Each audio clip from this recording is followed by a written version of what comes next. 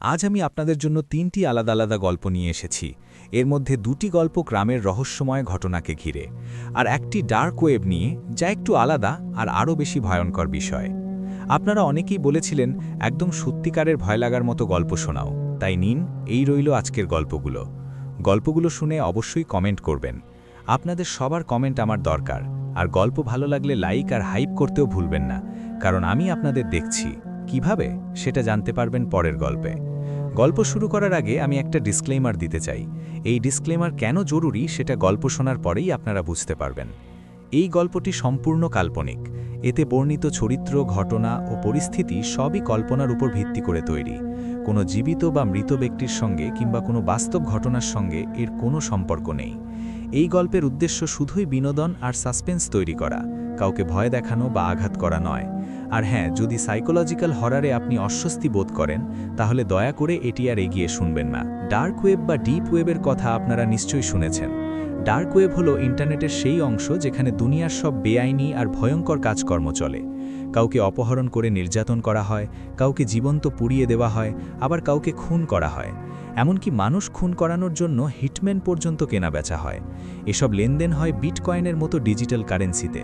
তাই কারা টাকা দিল আর কারা নিল তা খুঁজে বের করা প্রায় অসম্ভব। আমরা প্রতিদিন যে ইন্টারনেট ব্যবহার করি সেটি আসলে মোট ইন্টারনেটের মাত্র 2%। বাকি অংশ লুকিয়ে আছে ডিপ ওয়েবের ভেতরে। আর ডিপ ওয়েব অ্যাক্সেস করা মোটেই সহজ নয়। আপনি যদি ভাবেন গুগলে সার্চ করলেই পাওয়া যাবে, তাহলে ভুল ভাবছেন। গুগল, ইয়াহু বা বিং কোনো সার্চ ইঞ্জিনই ডিপ ওয়েবের ওয়েবসাইট ইন্ডেক্স করে না। এই ওয়েবসাইটগুলো সাধারণত .onion এক্সটেনশনের হয়, আর এগুলো খুলতে লাগে টর বা অনিয়ন রাউটার নামের বিশেষ ব্রাউজিং সিস্টেম। এই গল্পটি ডিপ ওয়েব হরর স্টোরির ওপর ভিত্তি করে বানানো, আর এতে এমন কিছু বিষয় আছে যা আপনাকে অস্থির করে তুলতে পারে, তাই একটু সাবধানে শুনবেন। এর আগে আমি ডার্ক ওয়েব নিয়ে অনেক গল্প শুনেছি, কিন্তু সবসময় ভেবেছি এগুলো আজগুবি, সব মিথ্যে। কিন্তু আমার এক খুব কাছের বন্ধু আমাকে বলেছিল সে নিজে এমন কিছু ওয়েব পেজ দেখেছে যা সে জীবনে কখনো ভুলতে পারবে না। প্রথমে আমি বিষয়টা হালকাভাবে নিয়েছিলাম, কিন্তু পরে মনে কৌতূহলের একটা খোঁচা লাগলো। এটা সত্যি নাকি সব বানানো, আমি নিজেই দেখতে চাইলাম। আমি তাকে প্রমাণ করতে চেয়েছিলাম যে ওর দেখা সবই কল্পনা, আর এমন কোনো ওয়েবসাইট আদৌ নেই। সেই রাত 10:30টার দিকে আমি ডিপ ওয়েব অ্যাক্সেস করার জন্য সব সেটআপ করে ফেললাম। আমার বন্ধু আগেই সাবধান করেছিল, কিছু লিঙ্ক তোমাকে অদ্ভুত আর ভয়ঙ্কর জায়গায় নিয়ে যেতে পারে। কিন্তু আমি কিছু না ভেবেই লিঙ্কে ক্লিক করতে শুরু করলাম। বেশিরভাগ লিঙ্কই ছিল নোংরা চ্যাট, অদ্ভুত সব সার্ভিস, ছেলেমেয়ে সংক্রান্ত বা আজব সব অনুরোধ। তখন আমার মনে হলো, এই বুঝি ডিপ ওয়েব। এতে আমার আত্মবিশ্বাস আরও বেড়ে গেল, আর আমি আরও সার্ফ করতে লাগলাম। বুঝতেই পারিনি কখন 4-5 ঘন্টা কেটে গেছে। ঠিক তখনই আমার চোখে পড়ল একটা লিঙ্ক, দ্য নাইট ওয়াচম্যান। নামটা দেখি কৌতূহল জাগল। ভাবলাম হয়তো কোনো রাতের ব্লগার বা ডকুমেন্টারি হবে। ক্লিক করতেই একটা নতুন পেজ খুলে গেল। সেখানে 3টে ভিডিও ছিল। প্রতিটা ভিডিওর থাম্বনেইলে একটা করে ছবি। প্রথমটায় 4 জনের একটা পরিবার, মা, বাবা আর 2টো ছোট বাচ্চা। দ্বিতীয়টায় একটা দম্পতি, আর সেই ছবিতে স্পষ্ট বোঝা যাচ্ছিল যে মেয়েটি গর্ভবতী। তৃতীয়টায় ছিল একা একজন নারী তার পোষা কুকুরকে নিয়ে। আমি ছবিগুলো মন দিয়ে দেখছিলাম। ঠিক তখনই স্ক্রিনের কোণে একটা লাল ডট জ্বলতে নিভতে শুরু করলো, আর একটা কণ্ঠ ভেসে এলো, tonight the night watchman has brought you 3 unique households. মানে, আজ রাতে নাইট ওয়াচম্যান তোমার জন্য 3টে আলাদা ঘরের ভিডিও এনেছে। প্রত্যেকেই আলাদা জীবনযাপন করে, আলাদাভাবে চিন্তা করে, আলাদা ভাগ্য নিয়ে বাঁচে। সব ভিডিও দেখো, তারপর একটাকে বেছে নাও। এরপর কয়েক সেকেন্ডের জন্য সব কিছু নিঃশব্দ হয়ে গেল। আমার কৌতূহল তখন সীমা ছাড়িয়ে গেছে। আমি প্রথম ভিডিওটা চালালাম।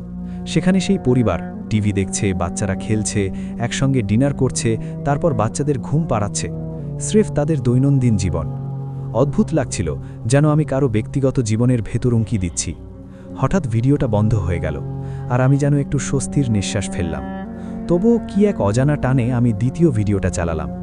এবার দেখা গেল এক তরুণ দম্পতি একসঙ্গে খাচ্ছে, শো দেখছে, তারপর তারা বেডরুমে চলে গেল, আর ক্যামেরা ভেতরের সব কিছুই দেখাচ্ছিল। তারা একে অপরের খুব কাছে চলে এলো, আর তারপর সব কিছু স্পষ্ট হতে লাগলো। সেই মুহূর্তে আমার মাথা যেন কাজ করা বন্ধ হয়ে গেল, আর ঠিক তখনই ভিডিওটাও বন্ধ হয়ে গেল। 2টো ভিডিও দেখার পর আমি তৃতীয়টাও খোলার কথা ভাবলাম। সেখানে সেই একা নারী, ঘরের ভেতর বাসন এলোমেলো পড়ে আছে, সোফার ওপর কাপড়ের স্তূপ। সে টিভি দেখছে, চিপস আর আইসক্রিম খাচ্ছে, আর বারবার ফোন চেক করছে, যেন সে কারো মেসেজের অপেক্ষায় আছে। তারপর সে তার কুকুরের সঙ্গে খেলতে লাগল, তাকে খাবার দিল এবং আবার ফোন তুলে নিল। হঠাৎ সে নিজের শরীর নিয়ে অদ্ভুতভাবে খেলতে শুরু করল এবং সেটা দেখে আমার খুব অস্বস্তি আর অদ্ভুত লাগতে লাগল। বুঝতে পারছিলাম না আমি কি দেখছি আর কেনই বা এটা দেখছি। আমি ভিডিও বন্ধ করার চেষ্টা করলাম, কিন্তু সেটা বন্ধ হচ্ছিল না। ঠিক তখনই ভিডিওটা হঠাৎ মাঝপথে বন্ধ হয়ে গেল। এবার আমার হৃৎস্পন্দন খুব দ্রুত হয়ে গেল। ভিডিও রিসেট হয়ে আবার সেই 3টে থাম্বনেইল স্ক্রিনে ভেসে উঠল। সেই লাল ডটটা আবার ব্লিঙ্ক করতে লাগলো আর একটা আওয়াজ শোনা গেল, now that you have seen, which will you choose? এখন যেহেতু তুমি ভিডিও দেখে ফেলেছ, বলো এদের মধ্যে কাকে বেছে নেবে? আমি সেখানেই বসে রইলাম, মনে মনে প্রার্থনা করছিলাম যেন আমার ছাড়া আর কেউ এটা দেখছে এবং সেই যেন এদের মধ্যে কাউকে বেছে নেয়। কিন্তু কয়েক মিনিট কেটে গেল, কিছুই হলো না। ঠিক তখনই ওয়েব পেজটা নিজে থেকেই রিফ্রেশ হয়ে গেল এবং এবার 3টে ভিডিও একসঙ্গে চলতে লাগলো। এবার সত্যি ভয় আমাকে গ্রাস করল। প্রতিটা ভিডিওতেই সেই 3টে বাড়ির ভেতরে ভারী গড়নের মানুষ দাঁড়িয়েছিল। সবার পোশাক এক, ধূসর রঙের শার্ট, তার ওপর লম্বা কালো কোট, একই রঙের প্যান্ট আর মাথায় বড় গোল কালো টুপি, যেটা মুখ পুরো ঢেকে রেখেছে। আবার সেই একই আওয়াজ ভেসে এলো, have you decided which one will you choose? আমি ভয়ে কাঁপতে লাগলাম, কি করব বুঝতে পারছিলাম না, হাত পা কাঁপছিল। তখন আবার আওয়াজ এলো, death comes on swift wings friends, you must choose one, this is how the game গোজ।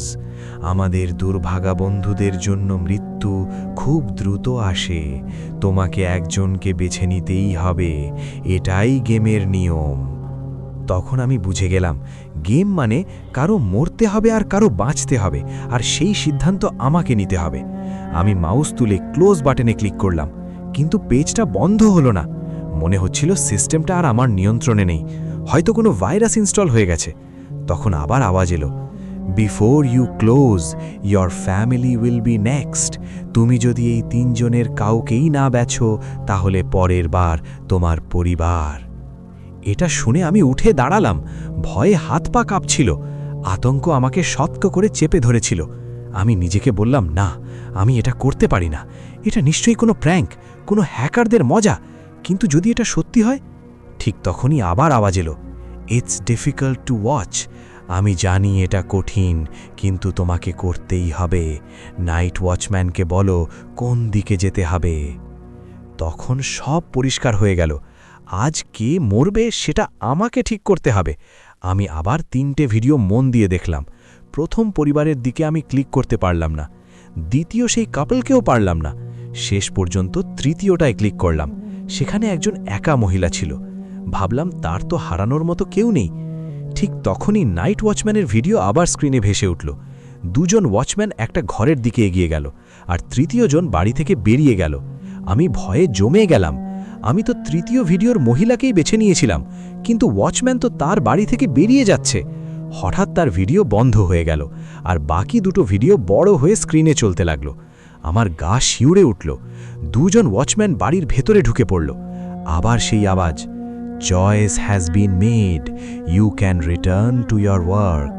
অর্থাৎ সিদ্ধান্ত হয়ে গেছে, এখন তুমি তোমার কাজে ফিরে যেতে পারো। আর ঠিক তখনই একজন ওয়াচম্যান সেই কাপেলের বেডরুমে ঢুকে গেল, আর অন্যজন নিচে বাচ্চাদের ঘরের দিকে। 2 জন একসঙ্গে এগিয়ে গেল। তারা ধারালো ছুরি বের করল, আর পরের মুহূর্তেই কম্পিউটারের স্পিকার থেকে ভয়ঙ্কর চিৎকার ভেসে এলো। আমি সঙ্গে সঙ্গে চোখ বন্ধ করে পিছিয়ে পড়লাম। আতঙ্কে আমি সরাসরি প্লাগ খুলে দিলাম। স্ক্রিন বন্ধ হয়ে গেল, সব কিছু থেমে গেল। আমি ভয়ে সেখানেই দাঁড়িয়ে রইলাম। আমি যা দেখলাম সেটা সত্যি ছিল নাকি নয় বুঝতে পারছিলাম না। আমার হাত পা অবশ হয়ে আসছিল। ঘড়ির দিকে তাকিয়ে দেখলাম ভোর 5:30। বুকের ভেতর ধুকপুক বেড়ে গেল, আর আমি ঘাবড়ে গিয়ে বাইরে গ্যালারিতে দাঁড়ালাম। অনেকক্ষণ সেখানেই দাঁড়িয়েছিলাম। কয়েক ঘন্টা ধরে সেই ধাক্কা থেকে বেরোতে পারিনি। তারপর দুপুরে ভয়ে ভয়ে কম্পিউটার চালু করলাম, ব্রাউজার খুলে হিস্ট্রি চেক করলাম। সব ডিলিট, কিছুই বাকি নেই। এরপর কয়েকদিন কেটে গেল। একদিন মেল চেক করতে গিয়ে একটা ইমেল দেখলাম দ্য নাইট ওয়াচম্যান থেকে। একটু আশা জেগেছিল, ভাবলাম হয়তো লেখা থাকবে ইট ওয়াজ আ প্র্যাঙ্ক। কিন্তু মেইলে লেখা ছিল thanks for your decision. We are really thankful. You can come back any time to play the game again. আর সঙ্গে একটা ছবি সংযুক্ত ছিল, একটা পার্কে তার কুকুরকে নিয়ে হাঁটছে সেই একই মহিলা যে তখনও তার ফোনের দিকে তাকিয়েছিল। তো বন্ধুরা, এটাই ছিল প্রথম গল্প, ডার্ক ওয়েব। এবার চলুন দ্বিতীয় গল্পে, যার নাম পিতৃপক্ষ। বলা হয় পিতৃপক্ষের সময়টা খুব অদ্ভুত হয়। বাতাসে এক ধরনের গন্ধ থাকে, বাসি নয়, কিন্তু এমন কিছু যা তোমাকে ভেতর থেকে অস্থির করে তোলে। গাছের ছায়াগুলো লম্বা হয়ে যায়, যেন কাউকে ছুঁতে এগিয়ে আসছে। রাতগুলো অদ্ভুত রকম শান্ত হয়ে ওঠে, এমন নীরবতা যেখানে প্রতিটা খসখস শব্দ, প্রতিটা আভাস কানে চিৎকারের মতো গেঁথে যায়।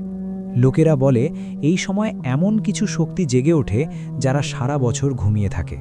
তাদের যাই বলো, আত্মা, অমানবিক শক্তি বা নামহীন কিছু, যারা সাধারণ দিনে এই দুনিয়ার ওপারে বন্দী থাকে, কিন্তু পিতৃপক্ষের সময় তারা মুক্তভাবে ঘুরে বেড়ায়, বিনা কোনো বাধা, কোনো ভয় ছাড়াই।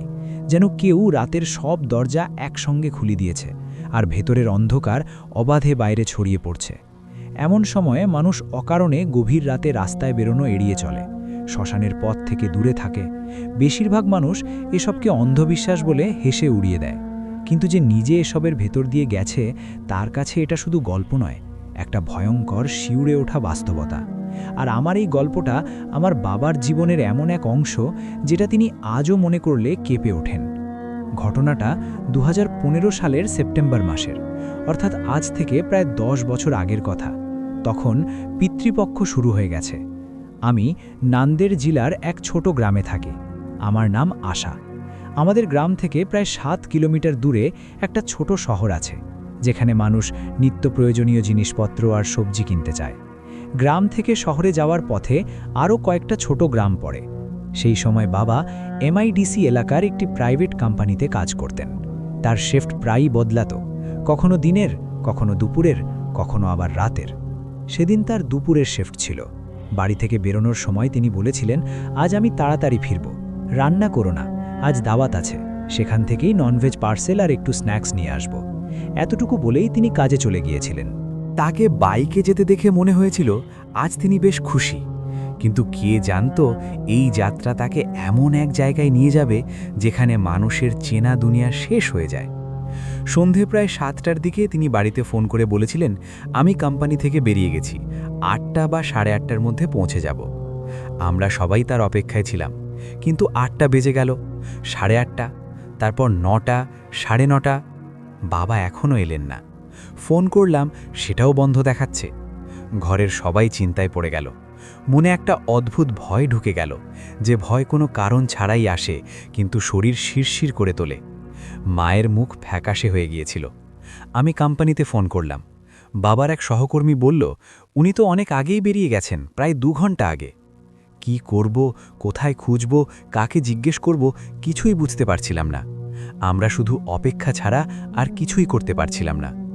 রাত 9:45টার দিকে দূর থেকে একটা মোটরসাইকেলের আওয়াজ শুনতে পেলাম। আমি দৌড়ে বাইরে বেরিয়ে গেলাম, কিন্তু বাবার অবস্থা দেখে ভয় পেয়ে গেলাম। তার হাত পা ছড়ে গেছে, কাপড়ে মাটি আর রক্ত লেগে আছে, বাইকের হেডলাইট আর সাইড মিরার ভাঙা।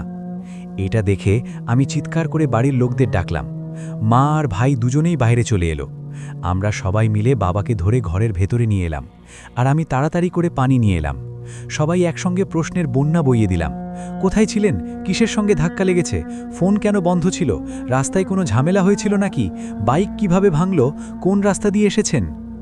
বাবা একটা কথাও বললেন না, তিনি শুধু চেয়ারে বসে পড়লেন, কিন্তু তার হাত পা কাঁপছিল। কিছুক্ষণ পরে তিনি একটা গভীর শ্বাস নিলেন, তারপর বলতে শুরু করলেন, আমি কোম্পানি থেকে প্রায় 5:30টার দিকে বেরিয়েছিলাম। যে রাস্তা দিয়ে আমি রোজ আসি সেখান দিয়েই এগোচ্ছিলাম। একটু এগোতেই দেখলাম রাস্তায় একটা গাছ পড়ে আছে, রাস্তা বন্ধ। তাই ভাবলাম MIDCর ভেতরের দিক দিয়ে একটা পেছনের মোড় ঘুরে অন্য রাস্তা ধরব। ওই পথটা একটা নদীর পাশ দিয়ে গেছে, একটু বাঁকানো, কিন্তু মাঝে মাঝে লোকজন ওই পথ দিয়েই যায়। আমিও তাই ওই দিকেই মোড় নিলাম। নদীর কাছে পৌঁছতেই হঠাৎ বাইক বন্ধ হয়ে গেল। স্টার্টার দিলেও চালু হচ্ছিল না, তাই কিক মারতে থাকলাম। কয়েকবার চেষ্টার পর বাইক চালু হলো, আর আমি আবার এগোলাম। কিন্তু 10 মিনিট যেতে না যেতেই দেখি বাইক আবার ঠিক আগের সেই জায়গাতেই ফিরে এসেছে। আমি হতভম্ব হয়ে গেলাম। ভাবলাম হয়তো কোনো ভুল হয়েছে আর আমি ঘুরে ফিরে একই জায়গায় চলে আসছি। আবার ভাবলাম রাস্তা নতুন বলে এমন লাগছে। নিজেকে বোঝালাম, আবার এগোলাম, কিন্তু 15 মিনিট পর আবার দেখলাম একই জায়গা। আমি নিজের কপালে হাত দিলাম, ঘড়ি দেখলাম, আকাশের দিকে তাকালাম, নিজেকে বুঝিয়ে বললাম সব ঠিক আছে, হয়তো রাস্তা গোল করে ঘুরে এখানেই এসে মিশেছে। কিন্তু তৃতীয়বারেও তাই হলো, চতুর্থবারও। প্রতিবারই মনে হচ্ছিল বাইকটা যেন কোনো অদৃশ্য দড়িতে বাঁধা, যা আমাকে টেনে টেনে একই জায়গায় ফিরিয়ে আনছে। আমি এগোচ্ছিলাম, হঠাৎ একটা জন্তু বাইকের সামনে এসে পড়ল। সেটার সঙ্গে ধাক্কা লেগে বাইক পড়ে গেল, মিরার ভেঙে গেল, আর আমি ছিটকে রাস্তায় পড়লাম। পিছনে তাকিয়ে দেখি সেই জন্তুটা উধাও। বুঝতে পারলাম না সেটা কি ছিল, তবে এতটাই বড় ছিল যে মনে হয়েছিল কোনো বন্য শূকর হবে।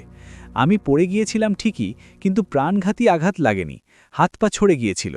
এই ধাক্কাধাক্কির মধ্যে আমার ফোনটাও পড়ে ভেঙে যায় আর বন্ধ হয়ে যায়। যে ব্যাগে ননভেজ আর অন্য খাবার দাবার ছিল সেটাও ছিটকে দূরে পড়ে যায়। একটা পুরো ডিব্বা খুলে গিয়ে সব খাবার রাস্তায় ছড়িয়ে পড়ে। উঠে দাঁড়িয়ে আমি একটা অদ্ভুত ব্যাপার লক্ষ্য করলাম। যেখানে সেই মাংস মানে ননভেজ পড়েছিল সেখানে কোনো চিহ্নই নেই, যেন কেউ সঙ্গে সঙ্গে সব খেয়ে নিয়েছে বা তুলে নিয়ে গেছে। আমি পলিথিনটা কুড়িয়ে নিলাম, যা বাকি ছিল গুছিয়ে নিলাম। বাইকের কাছে গিয়ে সেটা দাঁড় করালাম, কিক মেরে স্টার্ট করে আবার এগিয়ে চললাম। কিছুই বুঝতে পারছিলাম না আসলে কি ঘটছে। ঠিক তখনই অল্প দূর এগোতেই রাস্তার ওপাশে ঝোপঝাড়ের ভেতর থেকে হালকা হালকা আগুনের মতো আলো ঝিলমিল করতে দেখলাম। আমার মনে হয়েছিল ওটা হয়তো কোনো বাড়ি হবে, কিন্তু আমি যখন বাইকটা একটু সামনে নিয়ে গিয়ে ঝোপঝাড়ের ফাঁক দিয়ে উঁকি মারলাম, তখন দেখলাম নদীর ধারে একটা পুরনো শ্মশান। সেখানে একটা চিতা জ্বলছিল। চিতার পাশে একজন লোক দাঁড়িয়েছিল।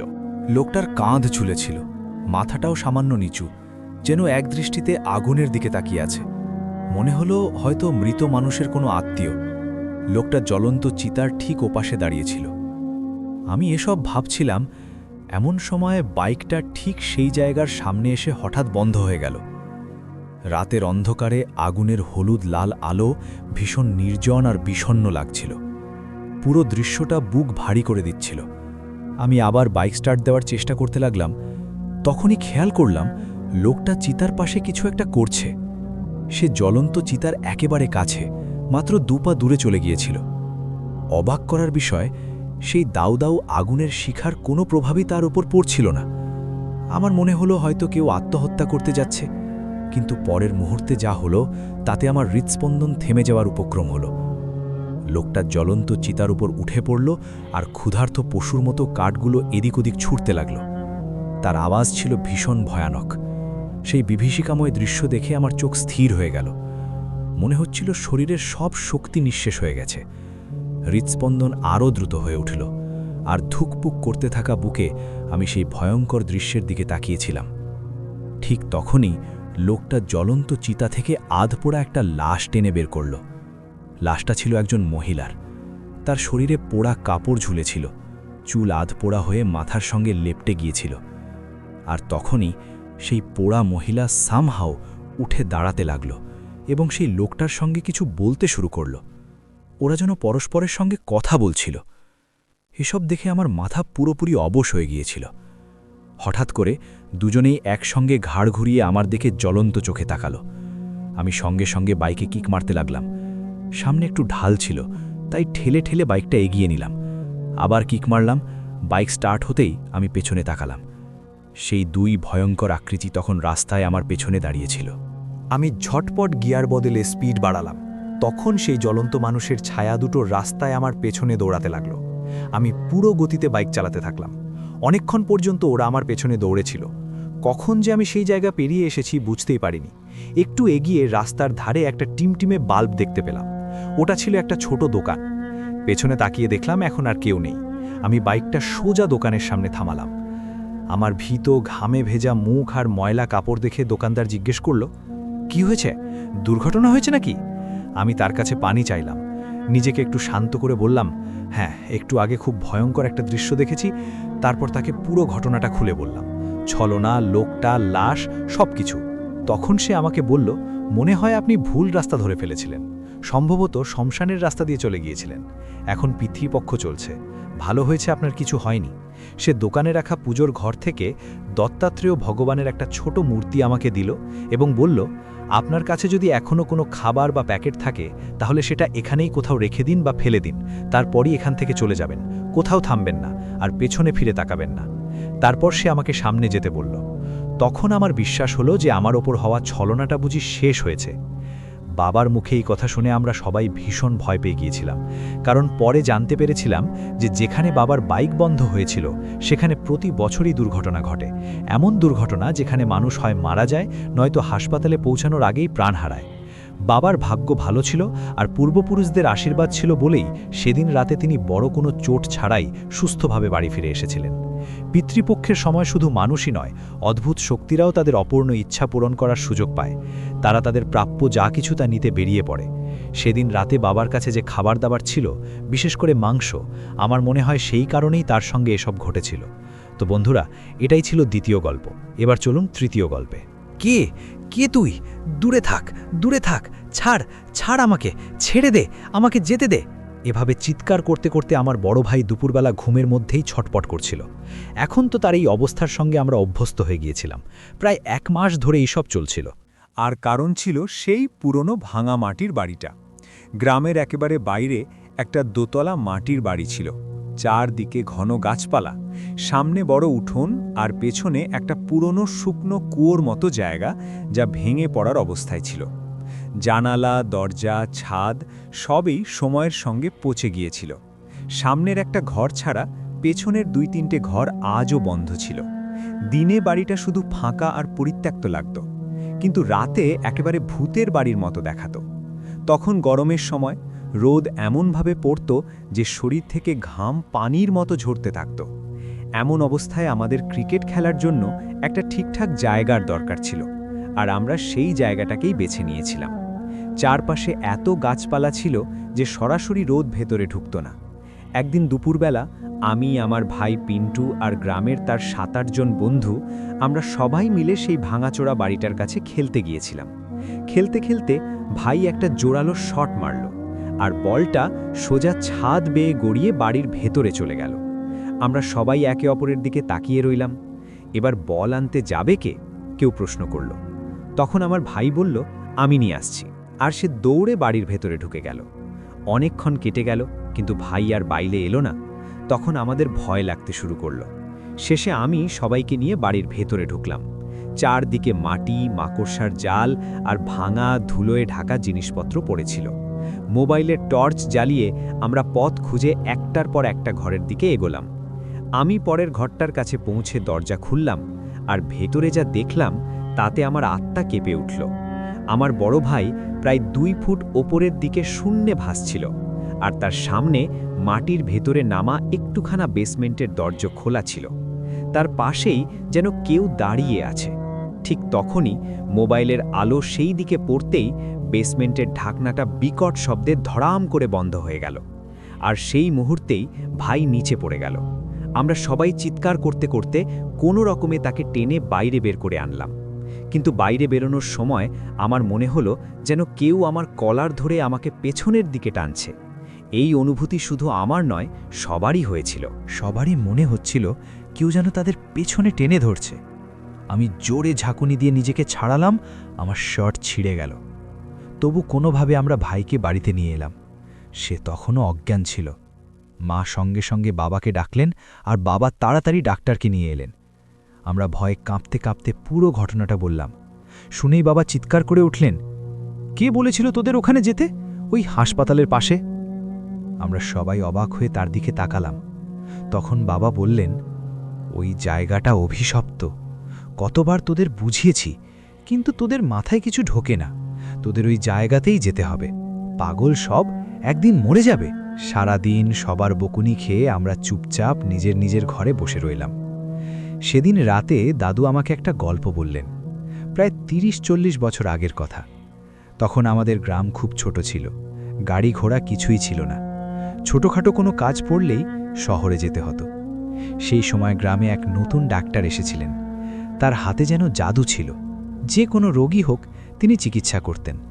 তার বাড়ি ছিল গ্রামের বাইরে, সবুজ গাছপালার মাঝে। সামনে পরিষ্কার একটা উঠোনও ছিল। একদিন গ্রামের কয়েকটা বাচ্চা জঙ্গলে ফল তুলতে গিয়েছিল। হঠাৎ তাদের মধ্যে একটাকে সাপ কামড়ে দেয়। সবাই দৌড়ে তাকে বাড়িতে নিয়ে আসে। তার অবস্থা খুব খারাপ ছিল, শরীর নীল হয়ে গিয়েছিল, মুখ দিয়ে ফেনা বেরোচ্ছিল। লোকজন বলল শহরে নিয়ে যেতে হবে, কিন্তু সময় কম থাকায় তারা সেই ছেলেটাকে ওই ডাক্তারবাবুর কাছেই নিয়ে গেল। তখন ডাক্তারবাবু বাড়িতে ছিলেন না, অন্য গ্রামে গিয়েছিলেন। খবর দেওয়া হলে তিনি দৌড়ে ফিরে এলেন। প্রায় 2 ঘন্টা ধরে চিকিৎসা করলেন, ওষুধ, পাতা, গাছগাছড়ার রস সব ব্যবহার করলেন। শেষমেশ ছেলেটা ধীরে ধীরে জ্ঞান ফিরে পেল। সবাই খুব খুশি হলো। ডাক্তার ছেলেটার বাবাকে বললেন, আজ রাতটা এখানেই থাকুক, সকালে ভালো লাগলে বাড়ি নিয়ে যাবেন। সবাই তার কথা মেনে নিল। রাতে সব ঠিকই ছিল, কিন্তু রাত 2-3টের দিকে ছেলেটা আবার বমি করতে শুরু করল। ডাক্তার আবার চেষ্টা করলেন, কিন্তু কিছুই কাজ করল না, আর সেই ছেলেটা মারা গেল। খবরটা আগুনের মতো ছড়িয়ে পড়ল। মেয়েরা কান্নায় ভেঙে পড়ল, পুরো গ্রাম শোকে ডুবে গেল।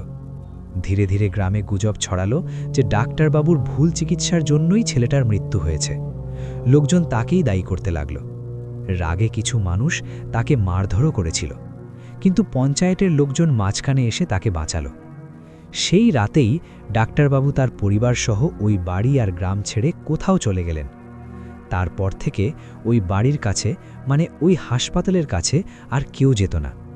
ঘটনার কয়েকদিন পর গ্রামের 2 কৃষক ওই বাড়ির পাশ দিয়ে যাচ্ছিল। তারা দেখল বাড়ির ছাদে একটা বাচ্চা বসে আছে।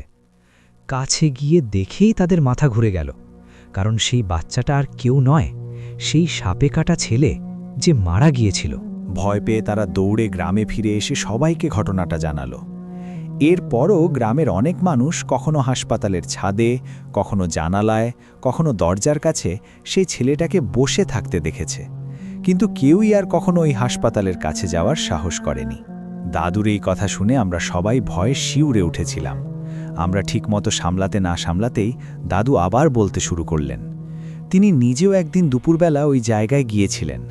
তখন ওই বাড়ি থেকে খুব অদ্ভুত দুর্গন্ধ আসছিল। তিনি নাক চেপে সেখান থেকে সরে গিয়েছিলেন, কিন্তু 4-5 দিন পরেও সেই গন্ধ যাচ্ছিল না। প্রথমে সবাই ভেবেছিল হয়তো কোনো কুকুর মরে আছে, কিন্তু সেই গন্ধটা ছিল একেবারেই আলাদা। শেষমেশ কেউ পুলিশে খবর দেয়। গ্রামে এই প্রথম পুলিশের গাড়ি আসে। 4-5 জন পুলিশ নাক চেপে বাড়ির ভেতরে ঢুকে তল্লাশি শুরু করে। তখন তারা নিচের বেসমেন্টে এক লোকের লাশ খুঁজে পায়। তার শরীর পুরোপুরি পচে গিয়েছিল এবং সেই পচা গন্ধ সেখান থেকে উঠে চারদিকে ছড়িয়ে পড়ছিল। মনে হচ্ছিল কোনো চোর চুরি করতে গিয়ে সেখানে ঢুকেছিল এবং সেখানেই মারা গেছে। দাদাজির মুখ থেকে বেসমেন্ট কথাটা শুনতেই আমাদের হাত পা কাঁপতে শুরু করল, কারণ আমরাও সেই বেসমেন্টটা দেখেছিলাম, যার দরজাটা নিজে থেকেই বন্ধ হয়ে গিয়েছিল। গল্প শেষ হলো এবং তখনও ভাই অজ্ঞান হয়ে পড়েছিল। আমরা সবাই তার জন্য ভীষণ চিন্তিত ছিলাম। ডাক্তার বলেছিলেন সব ঠিক হয়ে যাবে এবং সে তাড়াতাড়ি জ্ঞান ফিরে পাবে। আমরা সবাই ভাইয়ের পাশে বসেছিলাম। যখন ভাইয়ের জ্ঞান ফিরল, সে ভীষণ ভয় পেয়েছিল, চোখ বন্ধ করে চিৎকার করছিল। তখন আমি তার হাত ধরলাম, আর তাতেই সে একটু শান্ত হলো। চোখ খুলেই সে মাকে জড়িয়ে ধরে জোরে জোরে কাঁদতে লাগলো। যখন সে একটু সামলে নিল, তারপর সবাই তাকে জিজ্ঞেস করলো, ওখানে তুমি কি দেখেছিলে? তারপর ভাই তার গল্প বলতে শুরু করলো। আমি ভেতরে ঢুকলাম, কিন্তু কিছুই দেখতে পাচ্ছিলাম না। চারদিকে শুধু অন্ধকার। আমি মোবাইলের ফ্ল্যাশ অন করে প্রথম ঘরে গেলাম, কিন্তু সেখানে বলটা পেলাম না। আরও সামনে এগিয়ে আরেকটা ঘর পেলাম। সেই ঘরের দরজা খুলতেই ভেতরে আরও ঘন অন্ধকার। ভেতরে সব জিনিসপত্র এলোমেলোভাবে ছড়িয়েছিল, জায়গায় জায়গায় জাল লেগেছিল। আমি মোবাইলের আলোতে খুঁজতে লাগলাম বলটা কোথায়। সেখানে শুধু একটা কাঠের আলমারি, 2-3টে কাঠের খাট আর নিচের দিকে নামার একটা বড় কাঠের দরজা ছিল। আমি এক একে খাটের নিচে টর্চ মারলাম, তারপর আলমারির নিচে দেখলাম। সেই আলমারির নিচে একদম কোণায় আমাদের বলটা পড়েছিল। বোঝা যাচ্ছিল না বলটা ওখানে কিভাবে গেল। আমি হাত বাড়িয়ে বলটা বের করার চেষ্টা করলাম, কিন্তু হাত সেখানে পৌঁছাচ্ছিল না। চারপাশে তাকিয়ে দেখলাম এমন কিছু আছে কিনা যেটা দিয়ে বলটা টেনে আনা যায়। তখন সেখানেই পড়ে থাকা একটা কাঠের টুকরো তুলে নিয়ে সেটার সাহায্যে বলটা বের করতে লাগলাম। হঠাৎ মনে হলো কেউ আমার কাঠটা ধরে ফেলেছে। ভয়ে ভয়ে আমি সেদিকে টর্চ মারলাম আর আমার রক্ত জমে গেল। আমার সামনে প্রায় ৮-১০ বছরের একটা বাচ্চা নিচে শুয়েছিল। অন্ধকারে তার চোখ লাল লাল করে জ্বলছিল, চামড়া সাদা, কুচকানো আর ভয়ঙ্কর।